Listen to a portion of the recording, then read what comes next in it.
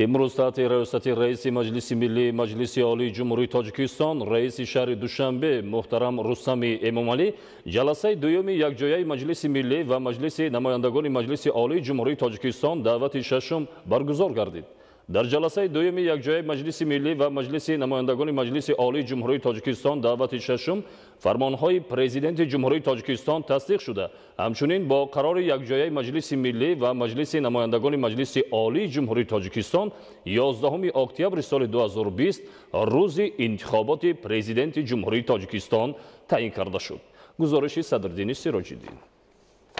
6 августи соли 2020 дар шаҳри Душанбе таҳти раёсати раиси маҷлиси миллии маҷлиси олии ҷумҳурии Тоҷикистон раиси шаҳри Душанбе муҳтарам Рустами Эмомалӣ ҷаласаи дуюми якҷояи маҷлиси миллӣ ва маҷлиси намояндагони маҷлиси олии ҷумҳурии Тоҷикистон даъвати шашум баргузор гардид.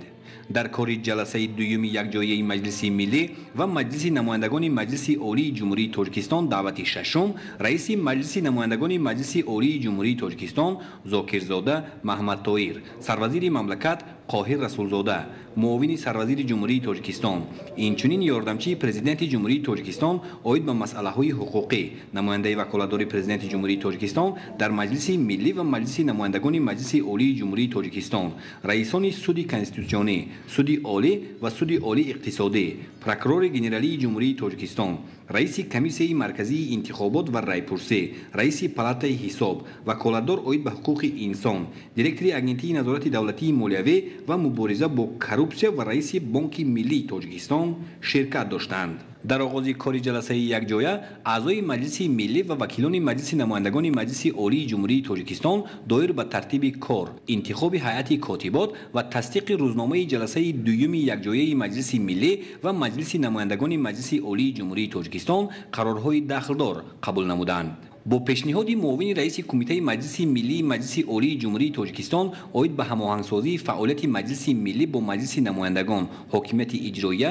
иттиҳодияҳои ҷамъиятӣ, воситаҳои ахбори омма ва робитаҳои байнипарламентӣ Амонзода Илҳом тартиби инъикоси кори ҷаласа тавассути воситаҳои ахбори омма тасдиқ карда шуд. сипас тибқи рӯзномаи ҷаласаи якҷояи аъзои маҷлиси миллӣ ва вакилони маҷлиси намояндагони маҷлиси олии ҷумҳурии Тоҷикистон ба баррасии масъалаҳо шурӯъ карданд. нахуст ёрдамчии президенти ҷумҳурии Тоҷикистон оид ба масъалаҳои ҳуқуқӣ, намояндаи ваколатдори президенти ҷумҳурии Тоҷикистон дар маҷлиси миллӣ ва маҷлиси намояндагони маҷлиси олии ҷумҳурии Тоҷикистон Ализода Зариф дар хусуси фармонҳои президенти ҷумҳурии Тоҷикистон дар бораи аз вазифаи вазири тандурустӣ ва ҳифзи иҷтимоии аҳолии ҷумҳурии Тоҷикистон озод намудани Олимзода Насим Хоҷа ва дар бораи вазири тандурустӣ ва ҳифзи иҷтимоии аҳолии ҷумҳурии Тоҷикистон таъин намудани Абдуллозода Ҷамолиддин Абдулло иттилоъ дод. мавриди зикр аст ки аъзои маҷлиси миллӣ ва вакилони маҷлиси намояндагони маҷлиси олии ҷумҳурии Тоҷикистон ҷиҳати тасдиқи фармонҳои зикргардидаи президенти ҷумҳурии Тоҷикистон якдилона овоз доданд. сипас дар ҷаласаи дуюми якҷояи маҷлиси миллӣ ва маҷлиси намояндагони маҷлиси олии ҷумҳурии Тоҷикистон лоиҳаи қарори якҷояи маҷлиси миллӣ ва маҷлиси намояндагони маҷлиси олии ҷумҳурии Тоҷикистон дар бораи таъини интихоботи президенти ҷумҳурии Тоҷикистон мавриди муҳокимаи васеъ қарор гирифт. аз рӯи масъалаи мазкур муовини якуми раиси маҷлиси намояндагони маҷлиси олии ҷумҳурии Тоҷикистон Ватанзода Маҳмадалӣ баромад карда пешниҳод намуд ки санаи интихоботи президенти ҷумҳурии Тоҷикистон 11 октябри соли 2020 таъин карда шавад. зимни муҳокимаи ин масъала муовини якуми раиси маҷлиси миллии маҷлиси олии ҷумҳурии Тоҷикистон Аҳмадзода Раҷаббой, вакили маҷлиси намояндагони маҷлиси олии ҷумҳурии Тоҷикистон Маҳмудов Музаффарҷон ва узви маҷлиси миллии маҷлиси олии ҷумҳурии Тоҷикистон Қонунзода Шодигул пешниҳоди мазкурро дастгирӣ намуданд. бо дар назар дошти таклифу пешниҳодҳое ки дар ҷараёни ҷаласаи дуюми якҷояи маҷлиси миллӣ ва маҷлиси намояндагони маҷлиси олии ҷумҳурии Тоҷикистон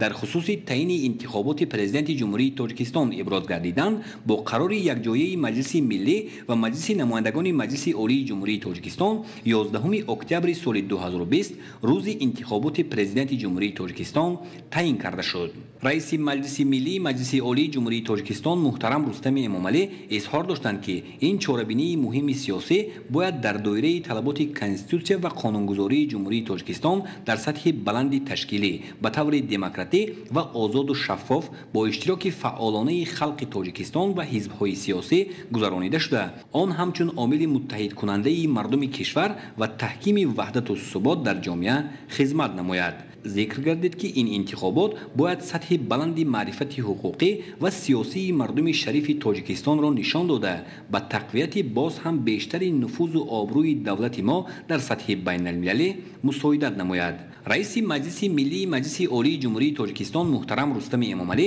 аз аъзои маҷлиси миллӣ ва вакилони маҷлиси намояндагони маҷлиси олии ҷумҳурии Тоҷикистон даъват ба амал оварданд ки барои дар сатҳи баланд баргузор гардидани ин маъракаи сиёсӣ саҳмгузор бошанд. бо ҳамин ҷаласаи дуюми якҷояи маҷлиси миллӣ ва маҷлиси намояндагони маҷлиси олии ҷумҳурии Тоҷикистон даъвати шашум кори худро анҷом дод.